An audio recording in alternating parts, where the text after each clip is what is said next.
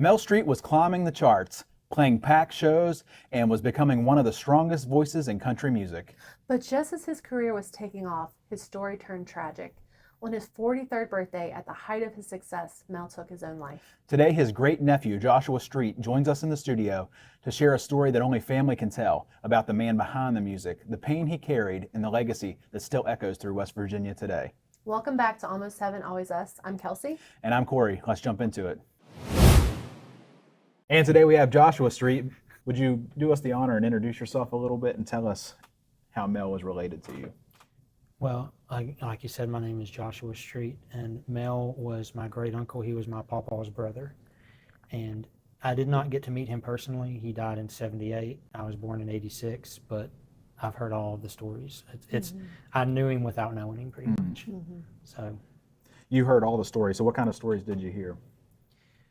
I can start from when he was little if you want. You give it to us. Well, he was not actually born in West Virginia. He was born in a little place called Rowe, Virginia, right outside of Grundy.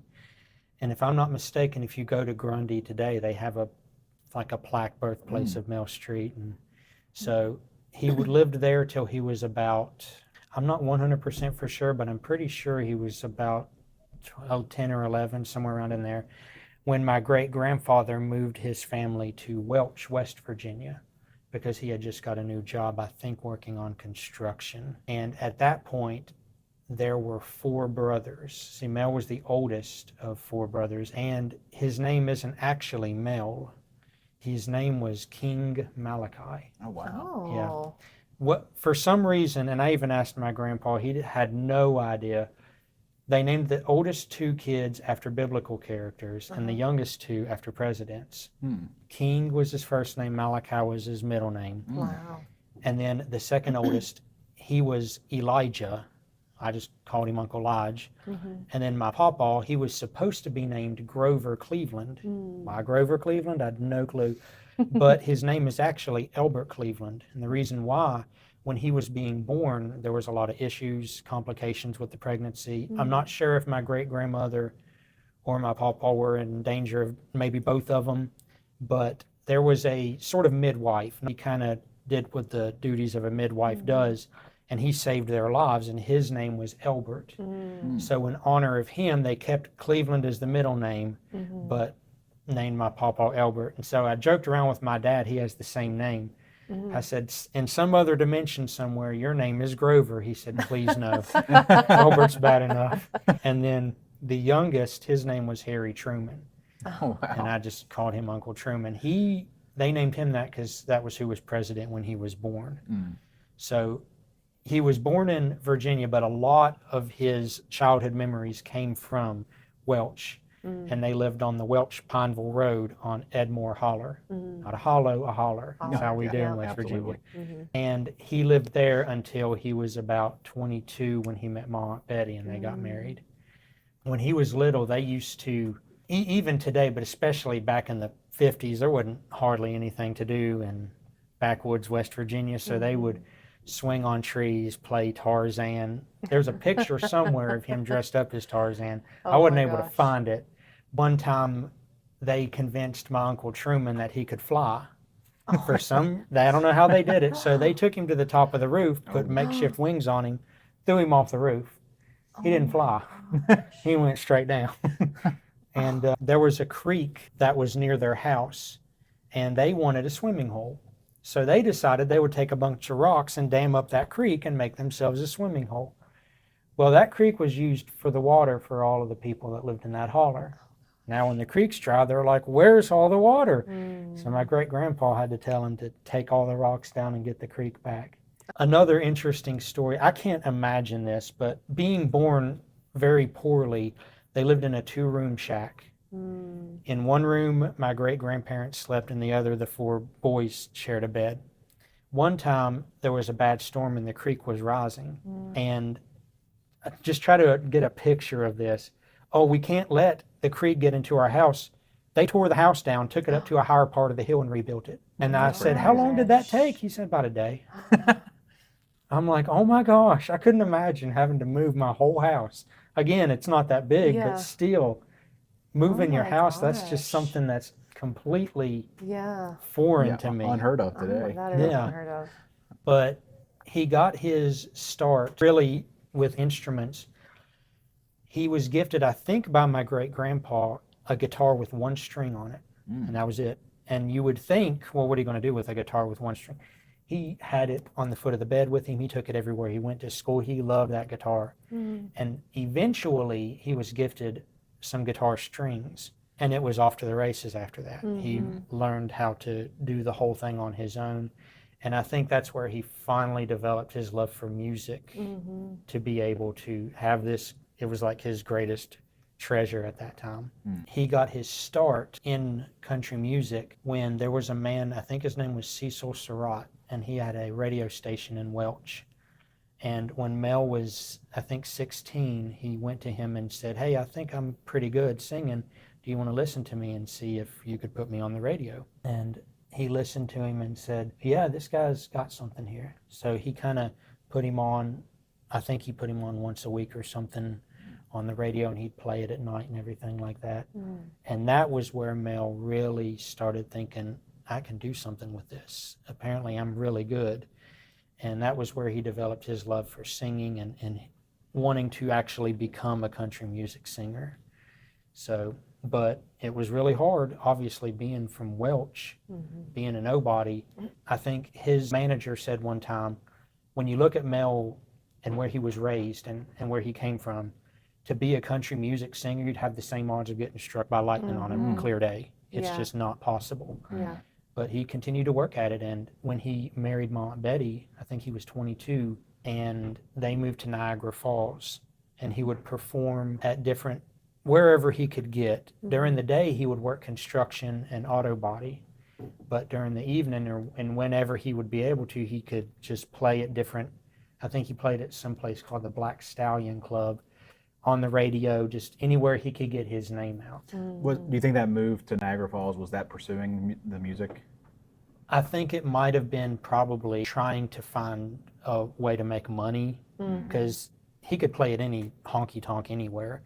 But I think the move to Niagara Falls was just about, this is a job opportunity, and this is a way to provide for the family until I make it big. I think he moved to Bluefield in 1966 or 67, I think, somewhere around in there. So, and Bluefield is when it really took off for him. Yeah, he started hosting a television show in Bluefield, right? He We did. got from 1968 to 72. You know the background behind how he got that gig? When he moved to Bluefield, he was on a show called The Country Jamboree. And his manager, before he became, was one of the ones who ran the show. And they wanted him to be the star on it, to be one of the ones to participate. And when that show finally went under, they said, well, we need to make a new show and make Mel the headliner, the main star of the show. And so they said, Mel, think of a theme, think of a name, all that. And he remembered when he was in Welch, somebody heard him and showcased him.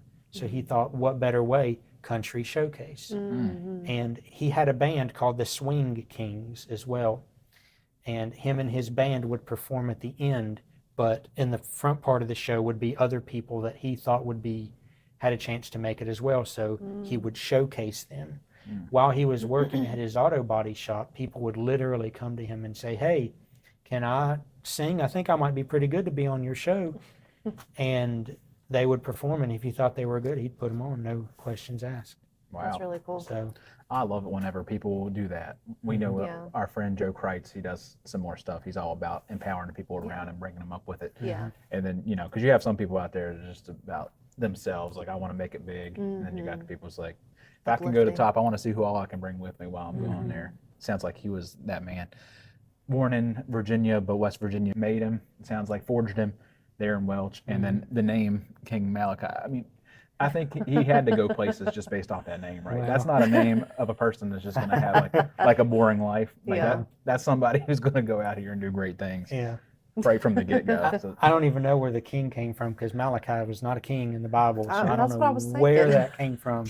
But again, I don't know. yeah, so that's pretty awesome. So you forged there in Welch, spent some time out at Niagara Falls for a little bit, but wanted to come back to West Virginia ultimately. What do you think, was that opportunity driven, or do you think that he kind of always wanted to be back in West Virginia. I think he wanted to be back, but a lot of the family was here too. Mm-hmm. By that time, my great-grandfather died when he was still in Welch, and he took my great-grandmother with him to Niagara Falls, and I think she may have passed away there. So by that point, the rest of the family's pretty much in Bluefield or in that area, so he came and lived actually in Brush Fork, which is right outside of Bluefield. Okay. So I actually went to elementary school there. So, Yeah.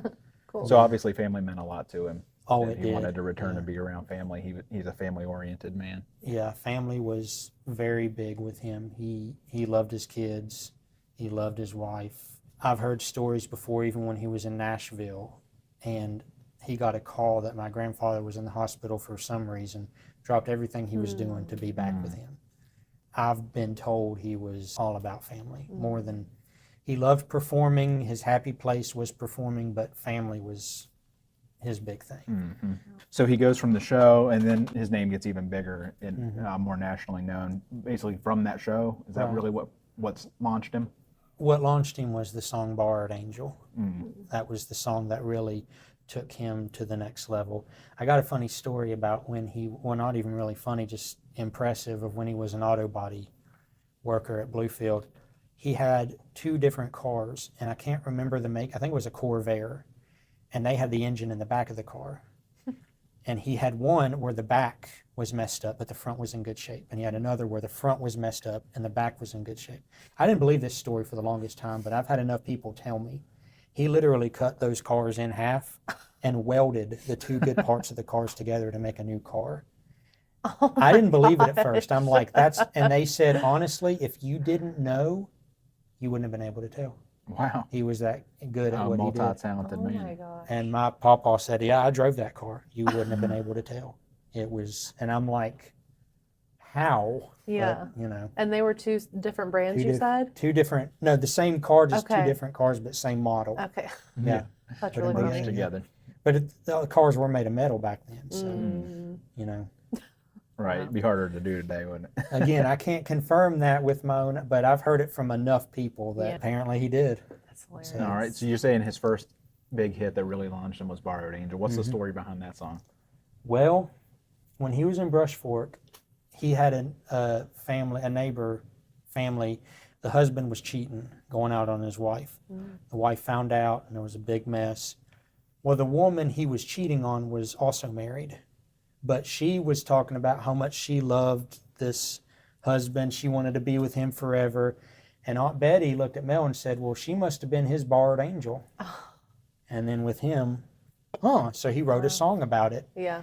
And it didn't take off at first. It took a little while, but once it did latch on, that's finally #1 hit.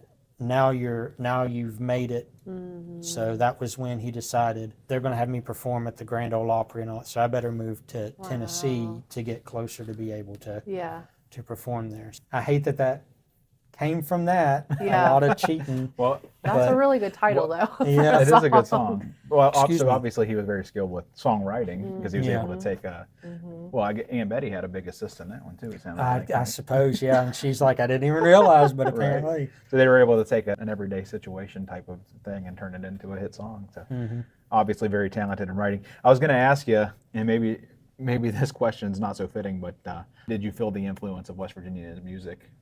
I guess in the stories that he told, he's been called, I don't know if they want me to say this, but he's been called one of the kings of the cheating songs. A lot of his songs are about stuff like that, but I guess it's West Virginia themed in that a lot of the stuff he talked about was things that he saw in the specific area he was in the Appalachian region. So he didn't really mention West Virginia. I think he had one song where he mentioned Wheeling, but he did use a lot of the instruments that you use in more Appalachian folksy music, the steel guitar and the fiddle and all that stuff. So in that way, I suppose it did have West Virginia themes to it.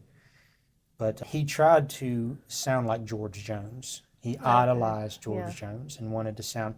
So I guess kind of he did, but it was more so he tried to have that country sound. Yeah. So Yeah, I know. We started listening to some of them when we knew you were coming on here, and I seen a lot of that too, where they were talking about kind of the cheating type songs were what took off. Have you ever heard the joke, what do you get if you play country music backwards? You get Oh, your dog back, you get your yes. house back. Yes. So it was a theme in just about anybody, and he just kind of went along with that. So Yeah, it wasn't absolutely. more so him, it was just what you Right. did back then, I Exactly. suppose. Yeah, so he moved to Tennessee and he started really climbing the charts. When do you think that he started dealing with some of the behind the scenes issues? Was that about the time of the move to Tennessee, or Yeah. a little further on after more fame? I think not when he first moved there. I think it was just over time.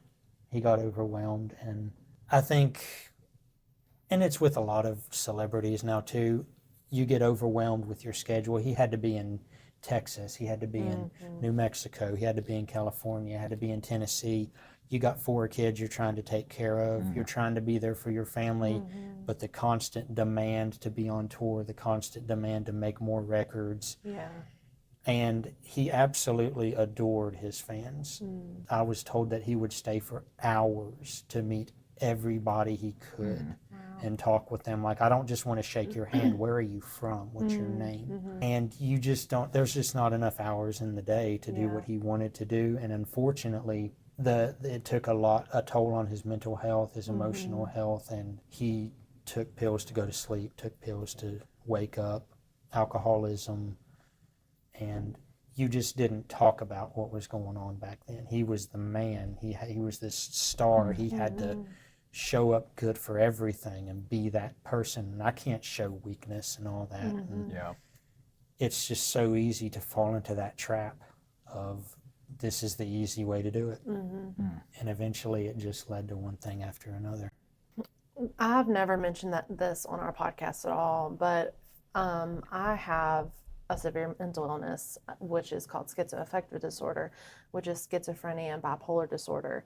And it was pretty much ruining my life, our life. I've had it since I was 13, but it peaked and really got bad when I was 21.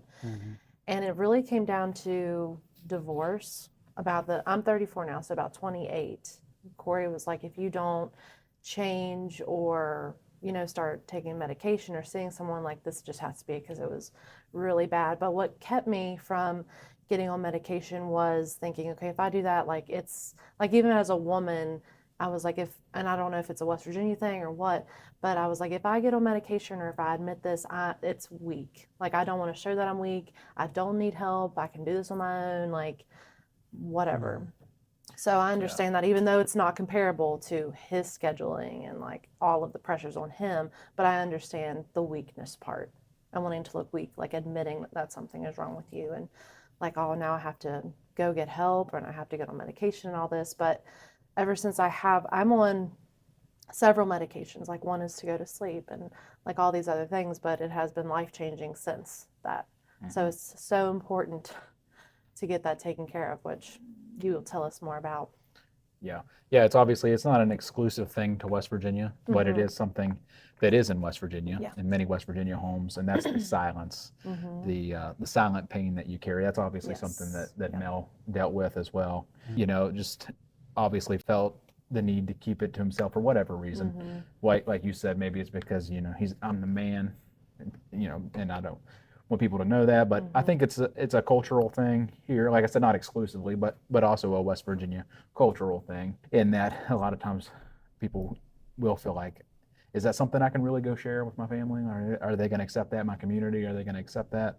Are they going to tell me to just toughen up, or tough it out, get over it? Thing, like, oh, it's a mental, like, before we really started believing in mental health, it would just be like, just don't, like, why do you feel that way? Just don't think about those things. It's not that easy. And I just feel like it is, like, our hometown where we're from, like, they didn't believe in mental health. Like, so many, I guess it's like, if you have a broken arm, yeah, go fix your broken arm, obviously. But if it's your mind, you can't see your mind. Not everyone fully understands the mind and how it can be broken or have a disorder. And now I feel like Morgantown offers so many other things, but I still feel like in our small town, things aren't mentioned that much. And I guess that's why it was hard for us to, like, understand that something was wrong with me and I needed help. Yeah, even though it's crazy, because I feel like almost all of us at least know somebody that's been affected.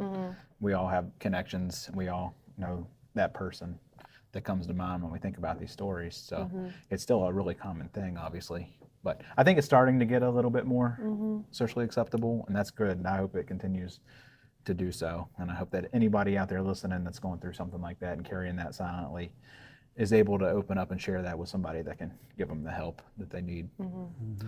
But, and things were especially different back then, because we're talking many years ago, right? Where are we at now? 1970s, I think, in our story. Mid-70s. So he's there, and that's what he's going through. He's carrying that silent pain, and he's doing what he thinks he can do to deal with it, with what he has available to him, such as alcohol and things like that to cover up. How old is he at this time? He was born in 35, so he was about 40 or so when things really started getting bad. Okay. And he was still rising up. I was also told too that when I was little, he was going to be so much bigger, and I didn't realize until I started diving more into it. But it just, the more famous he got, the harder it was on him. Like, I remember a story, my dad flew into the airport to see him, and they couldn't even hardly get to him because so many people were surrounding him. He couldn't go anywhere. He was, another thing that really bothered him, he did it because he wanted to, but he was on a bus, went everywhere. He could have had the option to fly, but he said, the rest of my band and everybody's on this bus. What right do I have to go and fly? I'm going to be on with them.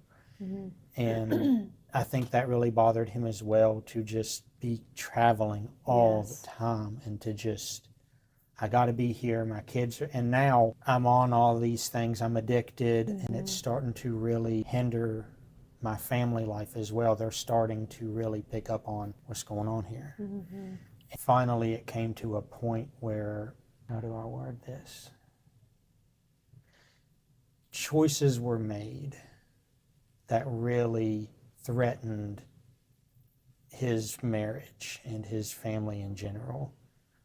And he did some things that he regretted, but once they're made, you can't unmake that bed. And the last night he was alive was actually on his birthday. And he called my pawpaw to show up there, and he said, listen, things are bad. Betty's kicking me out for various reasons. And so my pawpaw showed up to kind of smooth things over, kind of make things, try to keep everything together. And I think for Mel, I never really got a full clear-cut answer because no one was really 100% for sure. But to me, the breaking point was probably, okay, I'm on these drugs now. I'm trying to make this work, but now I'm losing my family. I can't do this. And I guess he thought there was just no hope of reconciliation. I've done too much. I can't do this anymore without my family. My papa was like, let's just go to a hotel to kind of wait, let cooler heads prevail. Let's just see what happens. And I don't remember if he said he had to pick something up or forgot something, but he looked at him and said, I'll be right back, and went to his bedroom. And I'm pretty sure he locked the door and then did what he did. Wow. So. What a tragic story. On his 45th birthday, I believe. 43rd. 43rd. Yeah. There's a lot of places that would say 45th, but no, it was his 43rd. That's a big thing. It's like some people say he was born in 33, but the family, no, he was born in 35. So I did read that his gravestone says one date, but then the official date. Yeah, the they have family, recorded I've is a always been different told date. 35. So they're like, we don't know where 33 came from, but I don't think they kept track of stuff like that back then like they should have. So Yeah. But either way, so on his birthday of all days. So how do you think the family was able to process all that? Horrible. Absolutely I terrible. can't imagine. Like, his father was there in the next room. Is that correct? His brother. No, my grandpa, his brother. Oh, his brother was in the next room. Yeah. Oh my And all his kids were there. His wife was there. They were all there. It's a reminder. We talked about in a previous episode about how important hope is. And I think this is a really good illustration of that, because it seems to me like he felt hopeless in that moment, even whether it was true or not, that feeling of hopelessness. Yeah. And so that's how important hope is to people. At the funeral, George Jones sang it. And His idol, Yeah. George Jones. he did a couple things with him. I mean, he performed with all kinds of people, obviously, Merle Haggard, Johnny Cash, Elvis Presley, any of them. But Wow. George Jones even went to my papa and said, if I only knew, I could. Nobody really knew. So, but they there was a story also where, I don't know if this is going to make them look good or not, but what they were going through, there was all kinds of paparazzi there at the funeral and stuff like that. And I was told that Mel's kids flipped them off while they were taking pictures. Oh, gosh. But again, you don't want to deal with that. You know, you No. lost a dad. No. He's You probably lost- a valid I- response, I think, I to that. couldn't imagine. Yeah, that's fair. And, But- oh my gosh. I remember one time they all came down for, I guess, a family reunion at Papa's house. And I was talking to Chet, and we talked for a while. This was, gosh, probably 20 years ago or so. And he was talking about the church that he went to. And he was talking about how faith had really helped him be able to overcome everything that he was going through. And now that I try to keep up as much as I can, but Dad was telling me he's the one that has the best head on his shoulders. His kids, Mel's grandkids, are doing good. So really, him finally being able to get to some sort of closure, and for him it was church and finding that faith in Christ to be able to overcome everything that was happening to him. And that was really good to hear. Yeah, that's a really good testimony for him to have. Yeah. Just coming out of that trauma. Oh my gosh, I can't imagine. Yeah. Yeah. Probably a roller coaster for the kids, like the whole the whole life, right? gosh. Seeing your dad rising in stardom like that, and then unexpectedly, passing like that, especially no one's seen it coming, and then it's like getting the rug pulled out from under you. Do you think that his drug use and alcohol use was publicly known? Maybe Or- not at the time, Okay. or if it was, I'm not really for sure. I never read anything about it. A lot of people have said it's had no idea, so I've never read anything that made me think that that was true. My family said we knew there were problems, but we didn't know it was that bad. So I bet a lot of his stuff was on the road, secret, away from a lot. I bet his Yeah. band members knew a lot more than Yeah. other people did. That's probably true. That's something you hear a lot, I think, in situations like that. People say, "I just didn't know," or "If I would have known." You said George Jones. He said that. If I would have only known. And I think it's because a lot of times we don't know. And we really don't know. It's not very visible. It's not a thing that you can just look at a person and tell. That's why I think when people carry it silently, the family may have clues, like you said, but it's not that bad. It's not that bad until obviously something tragic like this happens. And that's a tragic part of his amazing story. He had an amazing story, and it's obviously a tragic part. But what would you want people to take away from this part of the story? For one, it doesn't, a lot of people, especially in West Virginia, are talking about that silent suffering. Oh, if only I had more money, if only my situation was better. Right. That doesn't matter. You can have a great situation. You can get all the money in the world. You can become whatever you want to be. But if you don't have that connection with family, and in my opinion, if you don't have that faith to be able to keep you going, then you're going to make all kinds of bad decisions. It doesn't matter how much money you have, as long as you keep with family and you keep yourself grounded Yes. in your faith and grounded in the strength you get from others, opening yourself up when something is wrong. Then unfortunately, a lot of stories will end up the same way. But even though there is a lot of pain, and even for anybody who has went through something similar, there is still hope. Yes, it's very painful. Yes, you'll never forget it. It's always going to leave scars. But if you do start opening yourself up, if you do start acknowledging the pain, how do I take care of this? Whether it's counseling, whether it's going to church, whatever it is for you to be able to overcome, you can overcome that pain. You can overcome those struggles.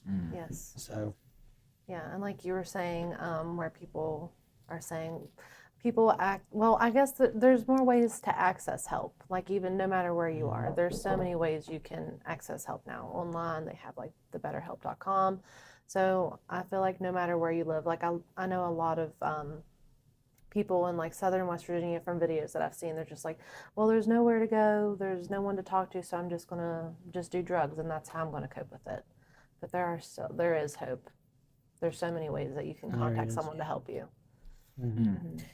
And that's on the previous episode. I talked about how every county should have some sort of day of hope or something Yes. like that, Yes. just to let everybody know, yeah, you might look at yourself as a poor hillbilly, but you're so much more than that. And we can help provide your needs and show you to the one who created you to give you a purpose and hope. I mean, you're here for a reason. Yes. Everybody is.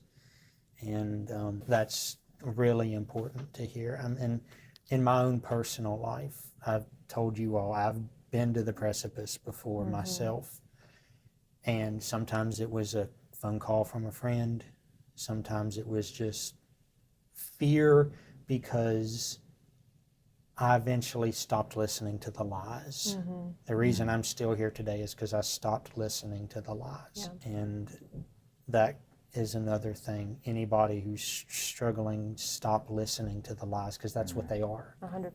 So, Man, that's powerful. Well stated. I honestly have chills. Yeah. How do you personally keep his legacy alive? anytime anybody talks about him, I always try to, because there is a lot of stuff out there about him that's not true, I always try to not even really get in an argument, but just, hey, I'm his family, I know the truth, that's not the truth. You know, and I still, to this day, every now and again, it's mostly with older people now, but to this day, I'll meet somebody, my name is Joshua Street. Street, huh? And I know what's coming. Yeah. Like, here we go. Are you related to Mel? Yeah, I'm related. Oh, I used to watch him and I used to do this and that. And then I'll have to go back to my family and say, is this true? And sometimes they'll say yeah, and sometimes they'll say no. I heard a story one time. This lady said, oh, he went to high school with me and took me to senior prom. And they're like, he never went past middle school. What are you talking about? I guess the way I do it, yeah, is just to anytime I hear anything about him, always trying to get that truth out, because there's so much misinformation out there that I'm like, I know it's true. Yeah. So, Well, I was going to ask you what it means to carry the street name. Well, I think it's really cool, first of all, that people recognize your name and are able to make that attachment. That's pretty neat. yeah. And then the other big thing I noticed from that is that the people still have those fond memories of Mel still to this day, and they're able to smile at you and say, well, let me tell you what I remember. I think that's awesome, isn't it? That is cool. Well, How does that feel to carry that part of the legacy That with you? feels good, and that validates whenever I would hear about how much he loved his fans. That validates it for me, because I'll get on YouTube, I'll get on anywhere, and people are just talking, and they have no idea who I am, and they talk like, oh, we got to see him, he was so nice, he talked with us, I got to take a picture with him, I got to do... So that part of it feels good, to know that that was actually true, that he was actually that good to his family and friends. So I'm proud of that. So. Yeah. What is that I'm hearing is he's very intentional with people, like really caring for people. And it's so sad that he wasn't able to care for himself. Yeah. I feel like that's a common. Don't you feel like It that is happens a very lot, common. where it seems like these people that have like that kind soul, They and put care themselves for others. last, like, how can I keep going? Like, you know, for other people. And I just can't imagine the pressures that he was under and wanting to keep everyone around him happy, you know, his fans and his family. And obviously it sounds like he made mistakes within his family, but And the story obviously still resonates today, because like you said, people are still talking about it on online and other places, and even coming up to you in person. So this story still resonates strongly today. Why do you think that is? Why do you think it still resonates so strongly? Because it was so tragic. I mean, it's the same with like Kurt Cobain or anybody like that. What could have been. yeah. Now, I have heard that with my family. The reason it hurt my family so much is they could have cared less what could have been. It was a father, a brother is gone. Yes. But with other people, it really is man, what could have been, because he had just signed a deal with Mercury Records, and he was on point to start getting to that George Jones, Hank Williams level. And I've heard reactions from people who have heard him for the first time. They're like, this is the smoothest voice I have ever heard in country music. Who is this guy? And then when they look him up, they're like, that's So I guess that's probably why is the tragedy of it, and the man, this guy was going places. So, and I know George Jones did a rendition of Barred Angel, and George Strait did another song of his, I Met a Friend of Yours Today. There were a lot of country music stars who redid a lot of his songs as well, giving tribute to him. So that might be another reason why his stuff is still viewed today. What do you hope people will remember the most about Mel? How he was with his fans. What they're remembering about him is what I hope they still remember. Yeah. If they remember what he did to himself, I hope it's in a way of remembering that wealth isn't everything and to be open. But other than that, just remembering how he actually was as a person. Because sometimes you can look at people who do that and maybe they were a bad person or maybe whatever, but he really wasn't. He just bought into the lies and really, No, I think you really nailed it. From my discussion with some friends that have gone through this stuff, I think that's a huge part of it. What you just said, the lies, that part really strikes me. Because I think that's a huge part of it. I think with mental illness, a lot of it is the mind telling you lies about yourself that just aren't true. And it sounds like, particularly in his case, someone who cared so deeply for his family and his fans, putting everybody first, like we said, a kind of heart, but then his mind telling him lies about himself, and ultimately him taking the brunt of that abuse up from his own mind there. But it's rejecting that. That's got to be the goal, rejecting that. And a lot of times that's hard to do on your own, because how do you reject what your own mind's telling you? So that's when you got to reach out and have help, I think, a lot of times, because you need somebody to help you see what's real and what's not. But you absolutely nailed it, rejecting the lies. And not just for the person who's doing it, because I've had friends and coworkers who did commit suicide. And it's also not buying into the lies that I could have done more, because that hurts just as bad as I've been on both sides of it. I've been the one to do it, and I've been the one to stop people from doing it, and some did. That is another lie of I could have done more, if only I. Right. I see. And then you start falling down like Mel's family did. What else could I have done? Coming out of that is just as hard as coming out of doing it yourself. And I still sometimes think about what else I could have done, and I have to tell myself, you did everything you could. And so even though that part is hard, you need to be able to overcome that as well, for those who are not doing it but know somebody who does. So that's another lie you really have to overcome. Yeah, I was about to say, because that's a whole new spiral of the person who's like, I could have, and then you're thinking you're just recounting all of these negative things, and that could lead you into. It can lead you into so much. Yes. Your own spiral. Yeah, this has been a real emotional story, and for you in particular, because I mean, you got the family connections. You actually know these people in real life, Aunt Betty and the family, and other people know of Mel through the music and probably some videos and things out there. But you've got that real familiar connection, so it means something different to you, I think. But I'm sure anybody listening now can relate.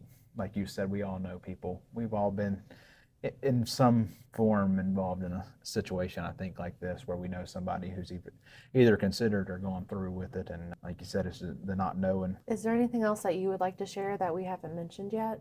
I do like that you mentioned the silent suffering. I heard a quote one time that said, a lot of people live their lives in quiet desperation. And it's the same idea of, I'm so desperate to either get out of the situation or for whatever reason, but it's a quiet, you don't really share it. Yes. And I thought that's a powerful quote right there. I do get asked a lot, do you think, what do you think would have happened if he didn't kill him? So where would you be at? And honestly, I don't really think about that a lot, because he died 2 years before my parents even met, so I may not even exist if he did, I wish he didn't for the sake of my family and what they Right. went through, but as far as me, I may not even be here. So Yeah, that's I true. don't think about that a lot. I don't know. Maybe I would, but it would be interesting. Well, I don't want to force anything on anybody, but we said in the last episode a cheat code for building community is if you want a quick community around you, is to go to church. I think it's applicable here too. If you need a little cheat code, if you need a group of people to back you up, it's a good way to do it. It's to get involved in your local church. That's another recommendation I'll throw out there. Again, I'm not forcing my views on anybody, but it works. We've seen it work at our church for sure. As like I said, I'm involved with men in a men's group, and I've seen this situation, and so far I've been blessed that it's all been positive on the positive side. Yeah. Anything else for us? Just thankful again. My family's very thankful that you all are willing to do this. And I almost didn't at first because I'm scared to death of this stuff. But when they found out, they said, "Oh no." They're like, "You got to get on there." We're very appreciative of, the whole family's appreciative of this opportunity. So Wow. I hope I did him justice. I'm I going to think you ask did. them, how did I do? Yeah. Yeah. But, you know, Well, we're grateful that you came here and shared the story, and Fair. I'm grateful that the family trusted us enough to deliver it in a fair way. You know, like we like to highlight the positives of West Virginia. That's always our goal. And sometimes, even in highlighting the positives, you have to help tell the whole story. And sometimes parts of their story are harder than others. But we hope that even the rougher parts of the story still give people hope and you know, and encouragement. And I think it does. And I think this story does. And I think you did a really wonderful job. And I thank you for sharing it with us. Really appreciate it. yeah, you're welcome. I appreciate you having me again. I'm humbled and blessed to be here. So Yes, thank you Thank so you. much. And to Joshua, we thank you for keeping your family story alive and for helping us understand the man behind the music. If you are someone who is struggling with mental illness, such as suicide or depression, please know that you are not alone. There is hope for you. Reach out to a friend, a family member, or a counselor. You do not have to let the silence win. Thanks for watching, guys. This was Almost Heaven, Always Us, and we'll see you.